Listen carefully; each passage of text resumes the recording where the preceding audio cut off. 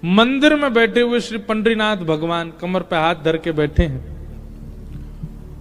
और बैठे बैठे रुक्मणी जी से कह रहे हैं, रुक्मणी जी। बोले हाँ मेरा मन नहीं लग रहा यहां पर। रुक्मणी जी बोली कहाँ है आपका मन? बोले तुका कीर्तन कर रहा, मेरा मन हो रहा मैं भी चला जाऊं वहां पे और मैं भी कीर्तन सुनूं उसका। ठाकुर जी कह रहे हैं मेरे को तुकाराम के कीर्तन में जाना है, मुझे दर्शन देने में आनंद नहीं आ रहा है यहां पर। रुक्मणी जी बोली लाखों वैष्णव खड़े हैं कतार में दर्शन के लिए, चुपचाप खड़े रहिए यहीं पे। खड़े रहे बेचारे ऐसे। थोड़ी देर बाद ठाकुर जी फिर बोले रुक्मणी हमारा बिल्कुल मन नहीं लग रहा, हमारा जैसे जैसे तुकाराम जी उर्ध बाहु होकर के कीर्तन करते हैं और अपनी स्वर लहरियों को खूब तेजी से गाने लगते हैं, मन मेरा और ज्यादा आतुर होता है जाकर के सुनने का। रुक्मणी जी बोली देखिए आप कितना बड़ा अपराध करेंगे, एक तो आप दर्शन छोड़ करके जाएंगे, लाखों वैष्णव बेचारे खड़े रह जाएंगे, ऊपर से आप वहां कीर्तन में जैसे ही जाओगे तो जितने लोग कीर्तन कर रहे हैं सब आपकी ओर आकृष्ट हो जाएंगे, कीर्तन सब छोड़ देंगे, सबको अपराध लगेगा। ठाकुर जी फिर रुक गए, बोले बात तो सही है, कीर्तन में विघ्न नहीं बनना चाहिए, भले ही हम भगवान हैं। लेकिन तुकाराम जी की स्वर लहरियां ठाकुर जी के कान में जा जा करके इतना ठाकुर जी को व्याकुल कर रही हैं। ठाकुर जी बोले सुनो तुम अपनी चुनरी दे दो, हमारी काली कमली दे दो, हम ओढ़ के छुप छुपा के चले जाएंगे, पीछे जाके एकांत में बैठ जाएंगे, किसी को पता नहीं चलेगा कि मैं आया हूं, पर मुझे जाने दो। रुक्मणी जी बोली कीर्तन के प्रति अपराधों में एक अपराध यह भी है कि कोई बहुत उत्सुकता से जाना चाह रहा हो और कोई उसको ना जाने दे रहा हो, यह भी एक अपराध है। तो ये अपराध से मैं बचना चाहूंगी। आप इतने तत्पर, इतने उत्सुक हो रहे हैं कीर्तन में जाने को, मैं रोकूं? जाइए। ठाकुर जी महाराज ऐसे मुंह बिल्कुल ढक करके और बढ़िया काली सॉल ओढ़ करके लंबी सी डाल करके और बिल्कुल अपनी पीतांबरी वगैरह सब छुपा ली उसमें, और तुकाराम जी के कीर्तन में जाकर के श्री ठाकुर जी खड़े हो गए। लेकिन श्री तुकाराम जी का कीर्तन वो तो हर बार एक उत्ताल उर्मियों को प्रकट करता जा रहा था, एक अद्भुत तरंग लहर की तरह समाज में और सब बैठे हुए श्रोताओं में आ रही थी। ठाकुर जी सुनते सुनते ठाकुर जी के नेत्र बंद हो गए और सुनते सुनते हाथ से महाराज वो सॉल जो थी वो छूटने लगी, धीमे धीमे मुकुट से उतरने लगी, मुकुट से उतर करके कंधे से उतरने लगी, कंधे से उतर कर पूरी उतर गई, और उतर करके महाराज जहां तुकाराम जी ने बोले सब ऊर्ध्वबाहु के करताल बजा के नाचो, ठाकुर जी अपने करताल बजाने लगे। करताल बजा करके वैष्णवों के बीच में ही ठाकुर जी उछल उछल करके नृत्य करने लगे। पंडरीनाथ भगवान नृत्य करते करते सब लोगों ने देखा, नेत्र बंद हैं, नेत्रों से अविरल अश्रुधार कर रही है ठाकुर जी के, और ठाकुर जी नृत्य कर रहे हैं। अबीर गुलाल उधरी तरंग, नाथा घरी नाचे माझा सखा पांडुरंग, नाथा घरी नाचे माझा सखा पांडुरंग। पंडरीनाथ भगवान नृत्य कर रहे हैं, और वाणी जी में तो ऐसा आता है वर्णन, नाचते नाचते नाचते ठाकुर जी इतने आनंद में भर गए, इतने आनंद में भर गए कि नृत्य करते करते ठाकुर जी की पीतांबरी खुलने लगी, धीमे धीमे अंग वस्त्र नीचे उतरने लगा, और ठाकुर जी को सुध बुध ही नहीं है। तुकाराम जी के कीर्तन में ठाकुर जी उछल उछल के नृत्य कर रहे हैं। ऐसे श्री तुकाराम जी। तो ये भाव हमने क्यों गाया? सूरदास जी कह रहे हैं ये संत भी चोर हैं। बोले क्यों? क्योंकि इन संतों ने त्रिभुवन ठाकुर जी का चित्त अपने वश में कर लिया। संत चोर हरि ही चुराए, जो त्रिभुवन बेस्तारे।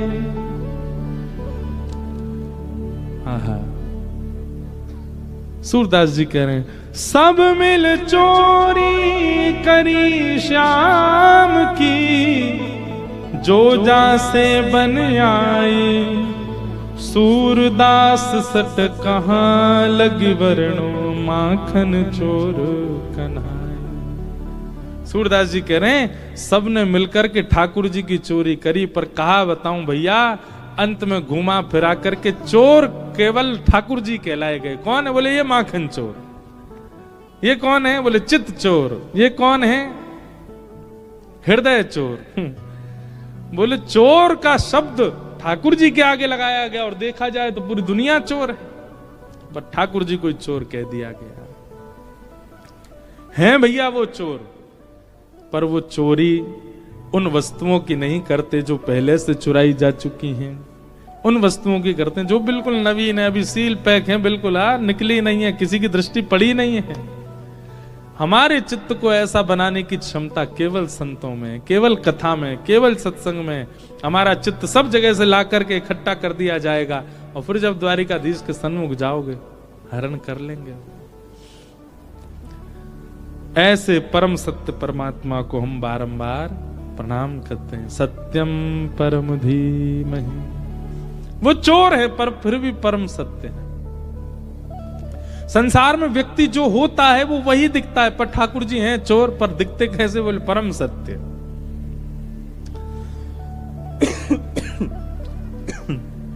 एक लीला है हमारे ब्रज की कि दुर्वासा जी आए, बड़ी प्रसिद्ध लीला है।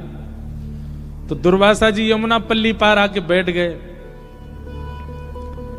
सब गोपी गई ठाकुर जी के पास। बोले लाला, बोले हम बे बताओ क्या बात है?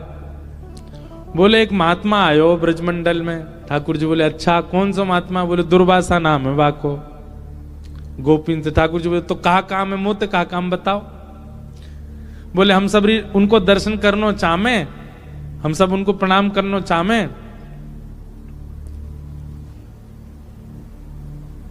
ठाकुर जी बोले भैया देखो ये दुर्वासा तो एक ही दुर्वा है, बाकी तो मैं तो पूरी दुर्वान को खानू, मुझे प्रणाम कर लो।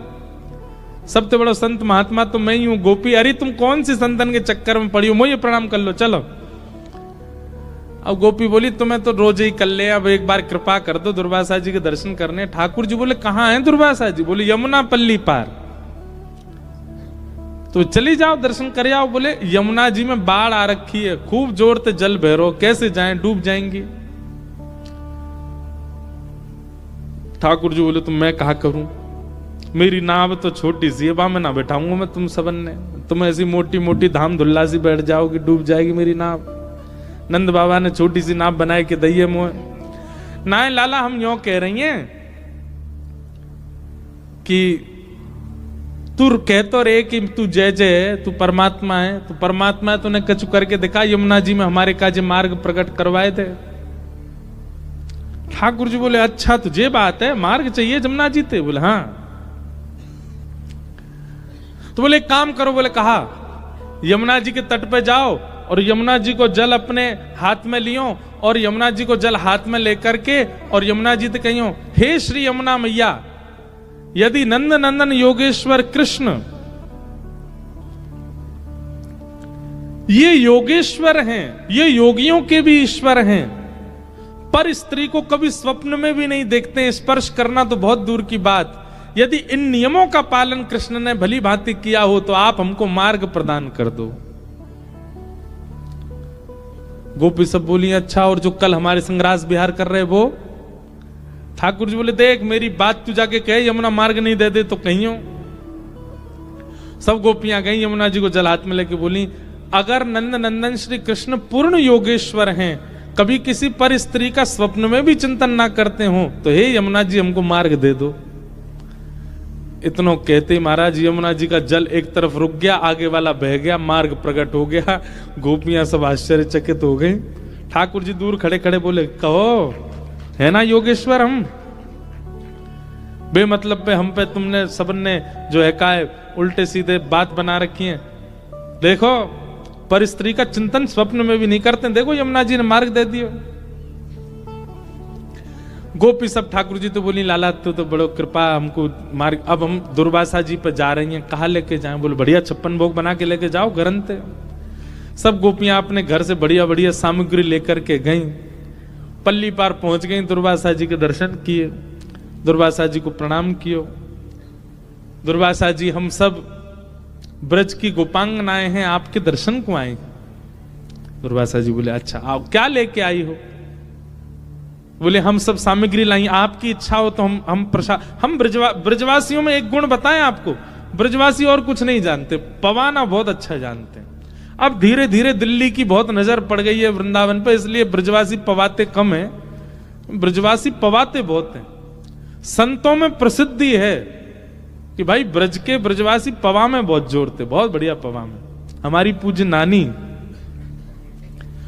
उनका तो ऐसा स्वरूप स्वभाव था कि वो कहीं भी जाती थी ना तो राशन अपने बैग में ही धर के ले जाती। कोई संत मिल जाए, बाबा नेक में कछु पवाए दूं, वहीं अग्नि चेताई, लकड़ी जराई और वहीं कछु बनाए के पवा देती। ये उनको स्वरूप। हमारे वृंदावन के जितने संत हैं सब हमको जब भी मिलेंगे तो सब कहते जरूर हैं, कभी कभी कोई याद आ जाए नाना जी की नानी, बोले इंद्रेश जी आपकी नानी जी तो बहुत बढ़िया, कहीं भी कुछ चूल्हा चेताए के पवा देती। ये ब्रजवासियों का स्वरूप है। सब ब्रजांगना गोपियां गईं और दुर्वासा जी से बोली आपकी आज्ञा हो तो हम आपको पवा दें। दुर्वासा जी बोले हाँ लाओ, सामग्री लाओ। एक गोपी ने पत्तल रखी, पत्तल में पूड़ी धरे, सब्जी धरे, रायतो धरे, जो जो सामग्री लेके गई सब धरती जाए। दुर्वासा जी पत्तल की ओर देख रहे, बोले ये क्या कर रही हो लाली? बोले आपके लिए पत्तल सिद्ध कर रहे हैं। दुर्वासा जी बोले ये सब हटाओ, सामग्री पूरी पूरी धर दो सामने। पूड़ी की डलिया, सब्जी के बर्तन सब सामने धर दिए और दुर्वासा जी उठा में और उठा के सब डलिया की डलिया मुख में डाल लें। एक बार में महाराज मुख नहीं कुआं बन जाए और सब एक साथ ही उड़ेलते जाएं और प्रेम से पाते जाएं। गोपियां सब देख करके बोले बाबा सच में तपस्वी हैं। सबने दर्शन किए, दर्शन करके सब गोपी बोली बाबा यहां आवे के काजे हमने यमुना जी से प्रार्थना करी, लाला ने एक उपाय बतायो, सुबह से मार्ग मिल गयो, अब हम वापस जानो चाहमे, यमुना जी में बड़ी बाढ़ है, आप कोई उपाय बता दो, आप तो बड़े सिद्ध महात्मा हो, बताओ। एक क्षण में तो आप सबरी पत्तल की पत्तल कहा, डलिया की डलिया उड़ेल ली आपने मुंह में, हमारे काज कछु उच्छिष्ट भी नहीं छोड़ो। अब यहां से वापस जावे को कछु आप उपाय बता दो, कोई मंत्र बताए दो। दुर्वासा जी बोले यमुना जी पे जाओ, यमुना जल लेकर के कहना श्री दुर्वासा जी केवल दूर्वा ही खाते हो और कुछ भी कभी सेवन ना करते हो, तो हे यमुना मैया हमको मार्ग दे दो। गोपी सब एक दूसरे देखने लगे, बोले अभी जो हमारे 56 भोग चट्ट कर दिए वो ये कह रहे हैं दूर्वा खाते हैं। दूर्वा मतलब घास, एक घास। दुर्वासा जी बोले जाओ जाओ यमुना जी से कहो। सब गोपी गई, हे यमुना मैया दुर्वासा जी अगर एक दूर्वा ही खाते हो तो आप मार्ग दे दो। इतने में यमुना जी एक तरफ रुक गई, एक तरफ का पानी निकल गया, मार्ग मिल गया। सब गोपियां उस पर पार हो गई, पर ताम्रवर्ण हो रहा था सबके मुखमंडल का। पल्ली तरफ ठाकुर जी खड़े, ठाकुर जी कहो गोपी दर्शन है गए दुर्वासा जी के, कैसे रहे दर्शन? आज कहां प्राप्त कियो सत्संग में? गोपी बोली एक ही चीज प्राप्त करी। बोले कहा? बोले तुम झूठे, तुम्हारो दुर्वासा झूठो और तुम दोनों की झूठी साक्षी मानने वाली है जमुनाऊ झूठी है, तुम सबरे झूठे हो। बोले तुम कह रहे हो तुम परम योगेश्वर और वो दुर्वासा जी कह रहे हो वो दुर्वा खाते हैं और दोनों की साक्षी दे रही है ये यमुना।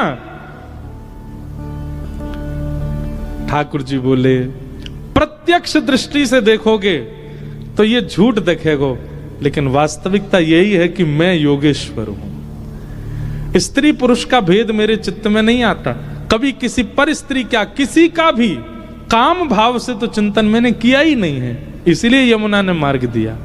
और दूसरी बात दुर्वासा जी, वहां दुर्वासा जी को आपने 56 भोग दिए, प्रत्यक्ष दृष्टि में आपको लगा कि उन्होंने सब पाया, पर अप्रत्यक्ष भाव से वे दूर्वा ही ग्रहण करते हैं। उनका किसी वस्तु के प्रति कभी पूड़ी खाई, सब्जी खाई, खीर खा गए, कड़ी खा गए, ये प्रत्यक्ष दिखा, पर उनके मन ने कुछ भी स्वीकार नहीं किया।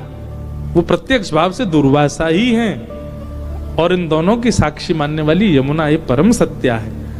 अब प्रत्यक्ष भाव से मेरा रूप दिखा नहीं है, इसलिए तुमको बहम लग रहा है।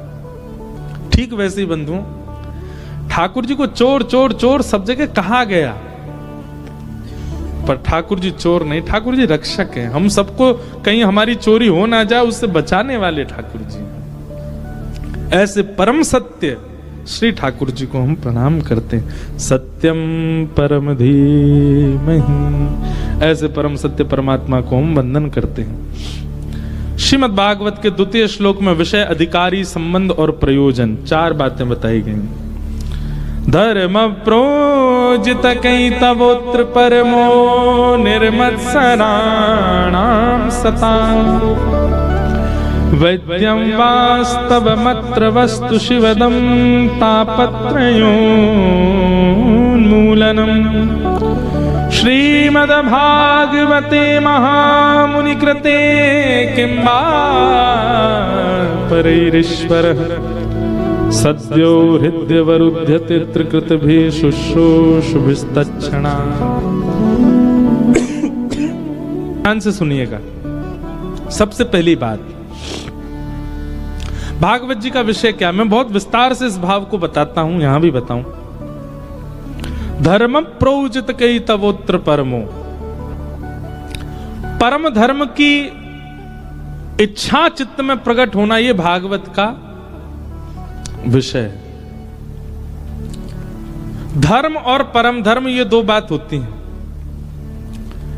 धर्म होता है देह कल्याण और परम धर्म होता है आत्म कल्याण।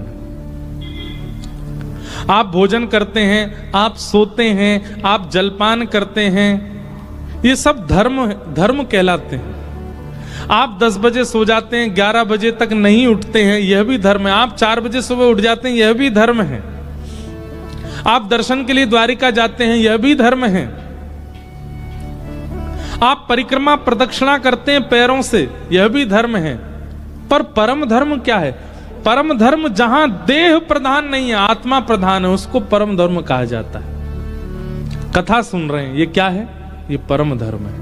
यहां देह प्रधान नहीं है। कथा में आपके देह को कुछ भी प्राप्त नहीं होगा, आत्मा को प्राप्त होगा। सत्संग में देह को नहीं मिलता है, आत्मा को प्राप्त होता है। हमारे वृंदावन के पूज्य श्री प्रेमानंद जी महाराज, उनका प्रवचन लाखों लोग सुनते हैं, करोड़ों लोग सुनते हैं, और 2 बजे महाराज रात में इतनी कड़ाके की सर्दी में भी लोग खड़े रहते हैं उनके दर्शन को। क्यों? देह को नहीं पोषण किया उन्होंने, चित्त को पोषण किया, आत्मा को पोषण। और जब आत्मा पोषित होती है ना, तो व्यक्ति देह के अभिमान से परे हो जाता है। आत्मा जब पुष्ट हो जाती है तो देह का फिर अभिमान नहीं रहता व्यक्ति को। मुझे नींद आ रही है, मुझे सोना है, मुझे 6 घंटे से पहले मत उठाना, यह भी एक देह अभिमान है। परंतु परम वैष्णव बीतराग भक्त होता है ना, वो केवल उतना ही सोता है जितने में उसका काम हो जाए। कई बार तो भक्त जन ऐसे भी हैं, वो ज्यादा से ज्यादा, हमारे ब्रज में तो कई ऐसे भक्तों के मैंने दर्शन किए, 2 घंटा सोते हैं बस। साइंस घूम जाती है, डॉक्टरों का सिर घूम जाता, बोले ये हो ही नहीं सकता, 2 घंटा कोई कैसे सो करके जीवित रह सकता है, पर रहते हैं। जब आत्मा पोषित होती है तो देह दास बन जाता है। अभी क्या है? अभी हमारा देह स्वामी है और आत्मा उसकी दास है। भागवत जी क्या करती हैं? भागवत जी आत्मा को स्वामी बना के देह को दास बनाती है, फिर आत्मा अपने कल्याण के मार्ग पर चलने लग जाती है, देह की प्राधान्यता नहीं होती। ये सब बातें बहुत बहुत ध्यान से सुननी है आपको। अभी देह प्रधान है हमारा, पर जिस दिन आत्मा प्रधान हो जाएगी, आप देह को गौड़ मानने लग जाओगे, देह की इतनी चिंता आपको नहीं होगी। हम लोग सुनते हैं सतयुग त्रेता द्वापर में 1000 वर्ष तक तपस्या कर रहे हैं, 500 वर्ष तक तपस्या कर रहे हैं, और इस कलिकाल में किसी व्यक्ति के 5 साल की साधना देख करके हमारी आंखें खुली रह जाती हैं। अरे बाप रे, इन्होंने कैसे कर लिया, क्यों? हम सब देहाभिमानी, हमारा देह कष्ट सह ही नहीं सकता। कल एक काम करें, कल हम आपको पता ना चलने दें, आपसे पहले ही सोफा सारे उठवा दें कथा पंडाल में से, सब नीचे बैठ जाओ, क्या होगा? ओ ये कैसे होगा महाराज जी, मेरा सोफा के कैसे बैठे, हमारे तो पाम दर्द करते हैं, हमारे तो घुटने में ये पड़ा है, ये है। चलो, जो बेचारे असमर्थ हैं उनके लिए सोफा पे बैठना जायज है, पर जिनके सब कुछ ठीक है, बिल्कुल पाम भी बिल्कुल चकाचक महाराज दौड़ते हैं, कमर भी बढ़िया है, वो भी बैठे हैं लद करके, क्यों? देह अभिमान, देह को अभिमान है। हम नीचे कैसे बैठ सकेंगे? अरे पाम बैठा नहीं जाएगा, अरे नहीं हम तो, अरे इतनी कम उम्र में भी बैठ गए, क्यों? देह अभिमान। हम जब भागवत के वक्ता बनने वाले थे, मतलब भाव रखा था, ये सब बातें पता है प्रारंभिक स्थिति की मुझे यहां याद क्यों आ रही? क्योंकि द्वारिका से ही मैंने शुरू किया कथा को। 2015 में सबसे पहली कथा हमने द्वारिका में ही की। आज भी वो जगह मुझे दिखती है, मैं प्रणाम करता हूं उसको, जहां से हमने पहली कथा की। तो हमारे नाना जी और पिताजी महाराज का सबसे पहला वाक्य क्या था? बोले कथा वक्ता यदि बनना है तो सबसे पहले देह का अभिमान छोड़ना पड़ेगा। देह अभिमानी होता ना, हम भी टी शर्ट पहन के बैठते हैं यहाँ पे, देह अभिमानी होता तो आजकल वो मोटिवेशनल स्पीकर नहीं, यहाँ पे माइक लगा के घूमते रहते हैं मंच पे, हम भी ऐसी कथा कहते हैं। कहीं ना कहीं फैशन को प्रायोरिटी देते, कहीं ना कहीं लुक्स को प्रायोरिटी देते। वैसे एक बात कहें, जो हमारा सामान्य लोग है इसकी भी कॉपी करते हैं लोग, इसका मतलब ये भी फैशन तो है। इसकी भी लोग बाग, ये देखो क्या है, सामान्य है, सामान्य है, साधारण है, इसलिए ये भी पसंद आता था। ये देह को पसंद नहीं आता, ये आत्मा को पसंद आता है। हम कलरफुल पूरे दिन भर में पहनेंगे, पर कथा तो हमसे सफेद में ही होती है। ये सामान्यता, ये एक प्रकार का देहाभिमान शून्य है। देह अभिमानी होता तो फिर यहां पर वही पहना जाता जिससे और अच्छे लगे, पर नहीं। देह अभिमानी होता तो पांव लटका के बैठते, या व्यासपीठी ऐसी बनाते कि बैठते यहां पे पांव नीचे चले जाएं, पर नहीं, एक आसन में बैठना, हिलना भी नहीं, डुलना भी। क्यों? देहाभिमान शून्य। दो प्रकार होते हैं, या तो देहाभिमान शून्य बनना पड़ता है, या फिर भक्ति के मार्ग में जब आपका चित्त वृत्ति कहीं और होती है ना, तो देह अभिमान शून्य अपने आप हो जाता है। कई बार आपने देखा, आप किसी चिंतन में होते हो तो चिंता करते करते करते पता चल रहा इतनी गर्मी में भी पंखा नहीं चला, एसी नहीं चला, पसीने आ रहे हैं, पर उस चिंतन में इतने तत्पर थे कि आपको गर्मी का अनुभव नहीं हुआ। देहाभिमान कहां गया? जहां चित्तवृत्ति थी, उस चित्तवृत्ति के जहां होने पर, वहां होने पर देहाभिमान चला जाता है। तो कई बार कथा करने वाले और सुनने वाले के केंद्र बिंदु में द्वारिकाधीश होते हैं, उसको फिर अनुभव नहीं होता पैरों की पीड़ा, कमर की पीड़ा या कोई और पीड़ा।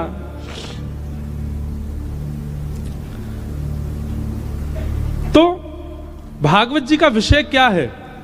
देह अभिमान को शून्य करना।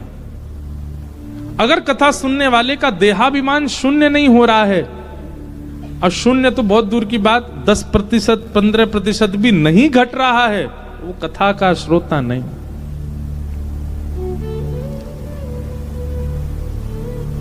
जो प्रायोरिटी संसार का व्यक्ति अपने देह को देता है, वो वैष्णव नहीं देता। वो देह से सर्वथा अंतरंगी हो जाता है।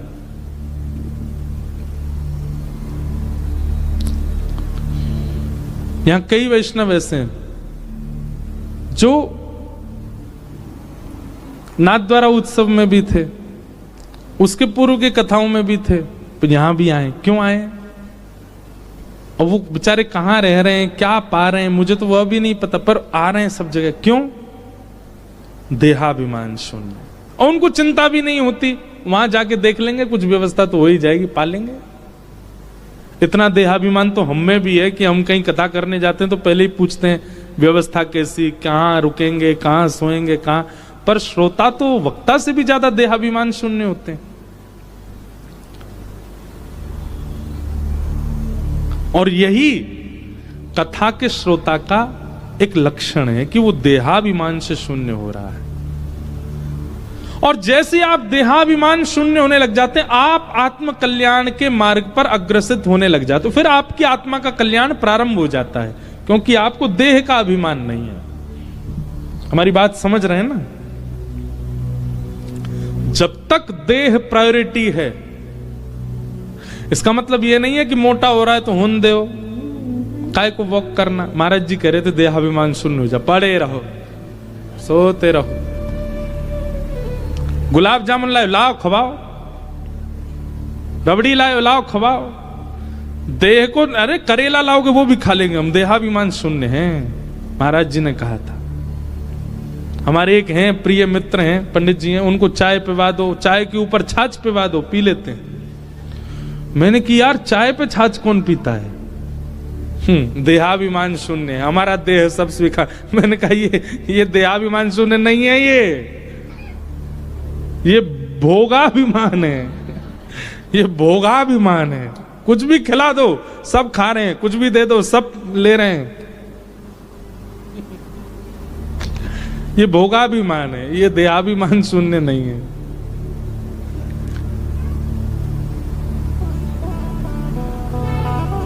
हाँ, मैं तो गोविंद रा गुण गासूं, राणा जी रूठे तो मने खाए करसी। मैं तो गोविंद रा, मीराबाई कह रही हैं, गुण गासूं, राणा जी रूठे तो मने खाए करसी। देहाभिमान ऐसा होता है, राणा जी रूठे, इनके रूठने से क्या फर्क पड़ता है? अरे भली मानो कि ये रूठ रहे हैं, कहीं जगत नियंता रूठ गया तो क्या होगा? रूठे चाहे राजा वासे कछु न काजा, एक तू ही महाराजा और कौन पास जाएंगे। रूठे चाहे भाई वासे कछु न भलाई, एक तू ही है सहाई और कौन को सराहेंगे।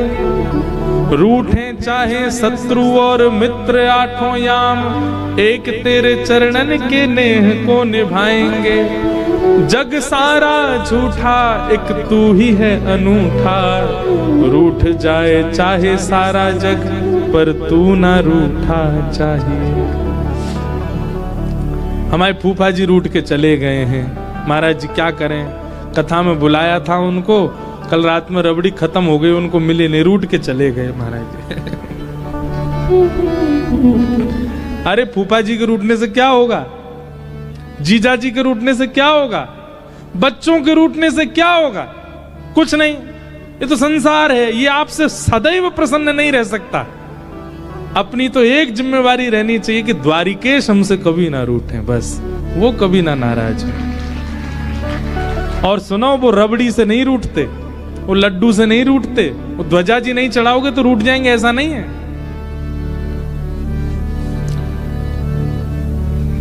इन सब से नहीं रूठते ठाकुर जी। ठाकुर जी तो केवल एक चीज से रूठते हैं, आप कभी भी किसी भक्त का अपमान मत करना, वो उससे रूठते हैं बस।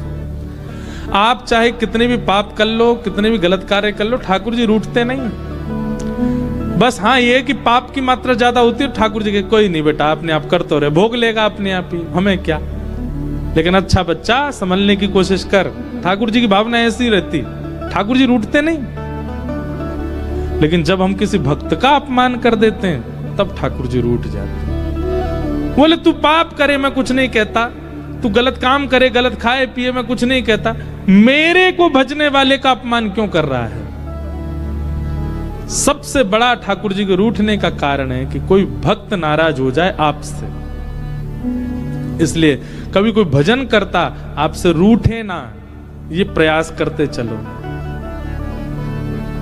बस।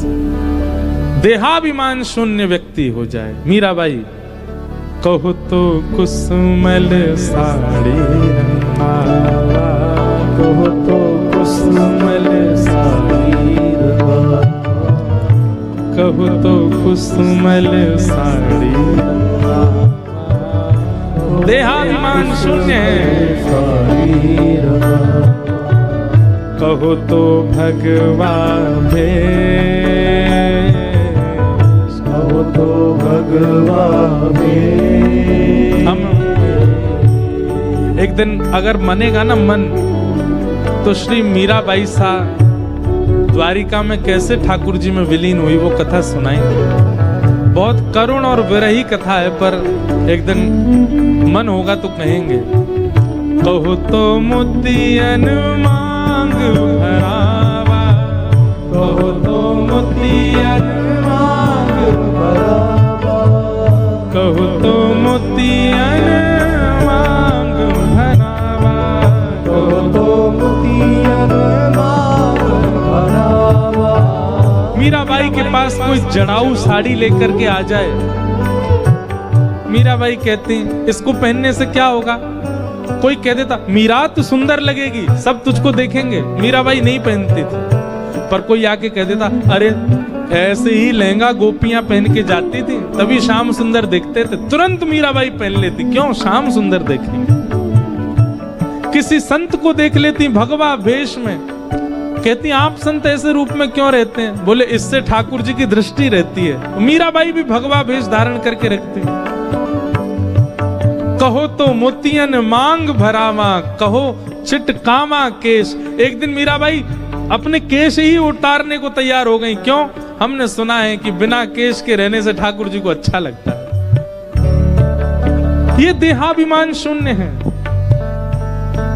देहाभिमान शून्य की परिभाषा है ये सब जो यहां बैठे हैं। जिन भेषा मेरो गिरधरी है, जिन भेषा मेरो गिरधरी है, जिन भेषा मेरो गिरधरी है, जिन भेषा मेरो गिरधरी है, सोही भेष धरूंगी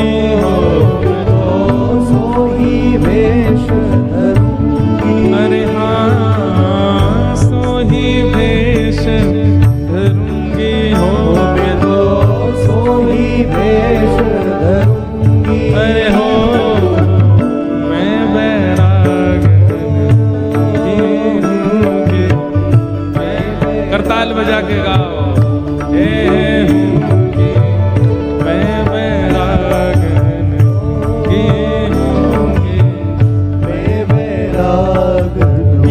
देहाभिमान शून्य। वो खाएंगे जिससे द्वारिकेश प्रसन्न हो, वो पहनेंगे जिससे द्वारिकाधीश प्रसन्न हो, वैसे रहेंगे वैसे जिएंगे जिससे वो प्रसन्न हो।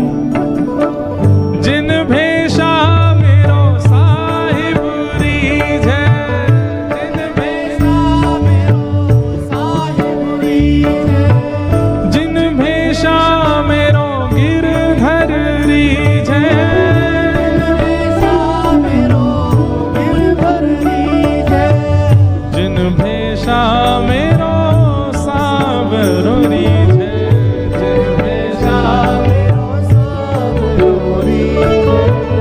जिन भेषा राधा रमण जुरी है, जिन भेषा राधा रमण जुरी है, सोही भेष धरूंगी हो मैं तो, सोही भेष धरूंगी। अरे हाँ मैं तो सोही भेष धरूंगी हो मैं तो, सोही भेष धरूंगी हो मैं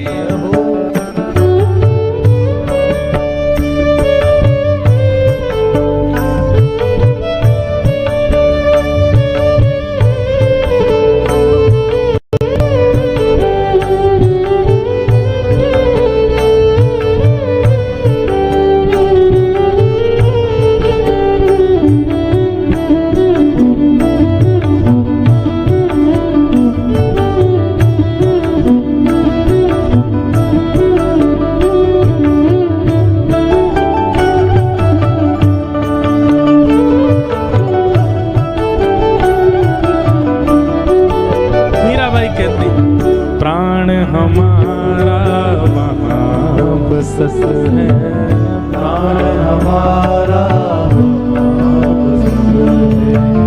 प्राण हमारा वहाँ बसत है, प्राण हमारा वहाँ बसत है।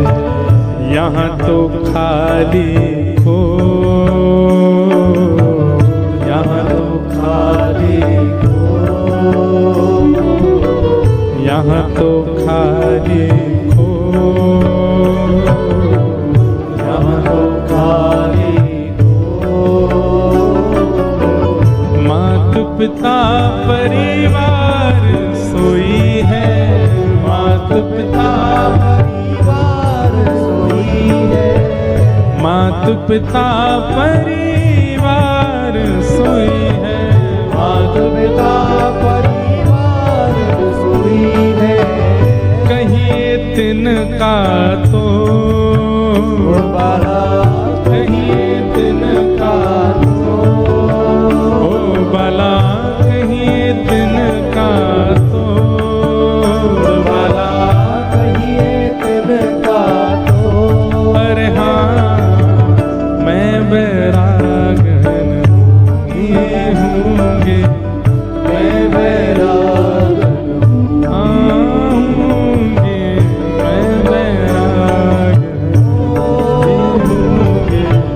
मैं बैरागन। और सुनो, यह देहाभिमान शून्य किसको कहते हैं? ये सब सारी पंक्तियां मीराबाई की देहाभिमान शून्य को प्रकट करती हैं।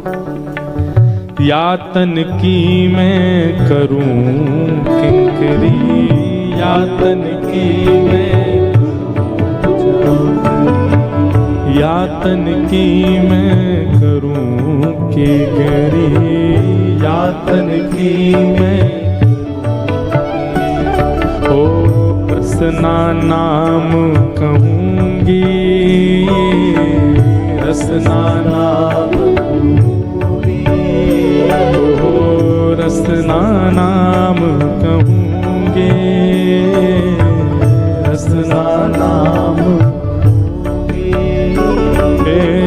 मीरा के प्रभु गिरधर नागर, मीरा के प्रभु गिरधर नागर, मीरा के प्रभु गिरधर नागर, मीरा के प्रभु गिरधर नागर। मैं तो साधु संग रहूंगी हो, मैं तो साधु संग रहूंगी, हे मैं तो साधा संग रहूंगी हो, मैं तो साधा